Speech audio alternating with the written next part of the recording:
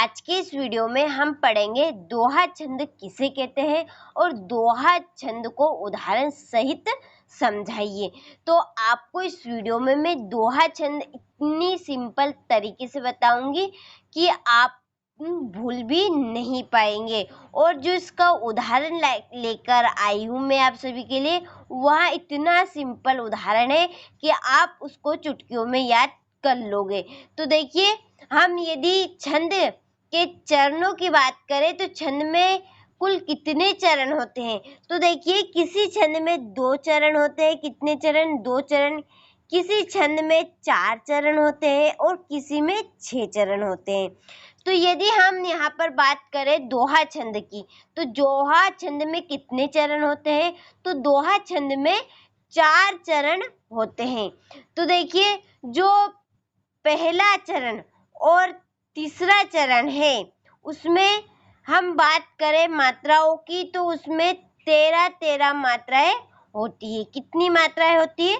13 मात्राएं होती है।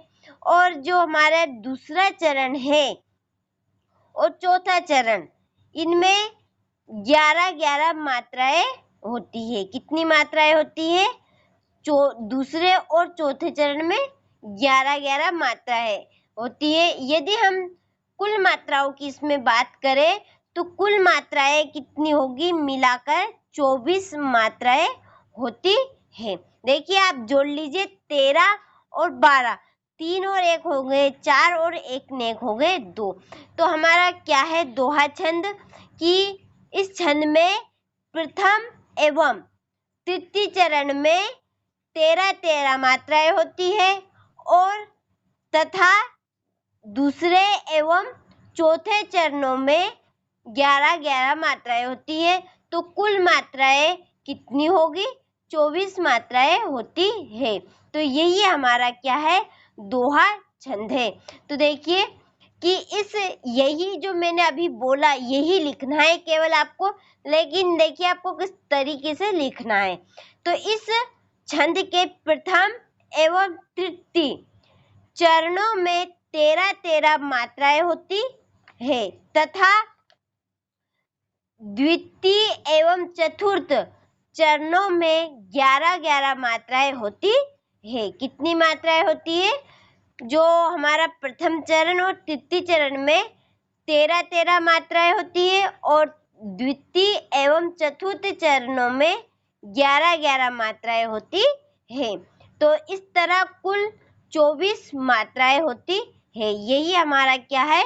दोहा छंद है। तो देखिए, अब हम देखते हैं इसका उदाहरण। देखिए, उदाहरण क्या है कि श्री गुरु चरण सरोज रज निज मुकुरु सधारी बरनु रघुवर विमल जसु दो दायकु फल चारी। अब देखिए, इसके बाद हमारा एक दूसरा भी उदाहरण है। जैसा कि मैंने आपको कहा था, बहुत ही सिंपल उदाहरण मैं आप सभी के लिए लाई हूँ यहाँ पर। तो देखिए, वहाँ कौन सा उदाहरण है? बुद्धिहीन तनु जानकी सुमिरो पवन कुमार बल बुद्धि विद्या देह मोहि हरहु कलेश विकार। देखिए, इसमें हमारे 4 चरण हैं। तो आप यहाँ पर देखिए, एक बात पहले आप समझ लीजिए कि जो लघु होता है वहाँ इस तरह से लिखा जाता है और जो दीर्घ होता है वहाँ इस तरह, जैसे कि एस टाइप। ये अब हम चलते हैं मात्राओं की ओर, यानी कि हम उदाहरण में गिनेंगे मात्राओं को। तो आइए गिनते हैं। तो देखिए, अब हम गिनते हैं। तो मैं आपको यही पर कंफर्म कर देती हूँ कि जब छोटे ऊ की मात्रा, छोटी ई की मात्रा और छोटा आ की मात्रा आए तो हमें वहाँ पर एक मात्रा केवल गिननी है, और जब बड़ा आ की मात्रा या बड़ी ई की मात्रा, ए की मात्रा, ऐ की मात्रा आए तो हमें 2 मात्राएं गिननी है। तो आपको एक ही शब्द में अच्छे समझ में आ गया होगा कि कौन सी मात्रा 1 गिनाएगी, कौन सी 2 गिनाएगी। तो आइए अब हम मात्राओं की ओर चलते हैं। तो देखिए, इसमें 1, मेरे साथ साथ गिनिए आप भी, 1 2 3 4 5 6 7, 8, 9, 10, 11, 12, 13। देखिए पहले चरण में 13 मात्रा, इस तरह हम तीसरे चरण में गिने 1, 2, 3, 4, 5, 6, 7, 8, 9, 10, 11, 12 और 1, 13। अब हम दूसरे चरण में गिन लेते हैं 1, 2, 3, 4, 5, 6, 7, 8, 9, 10 और 11। इसी तरह हमें चौथे चरण में भी 11 ही मात्रा होगी, आप अच्छे से गिन लीजिएगा।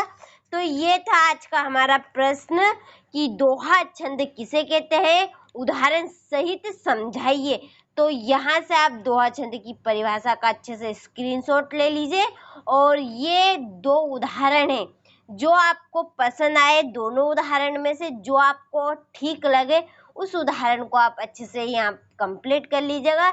ये प्रश्न जरूर 100% आता है आपकी परीक्षा में, बहुत ही महत्वपूर्ण प्रश्न है, तो जरूर कंप्लीट करेगा। अपनी नोटबुक में इसे नोट भी अच्छे से कर लीजिएगा।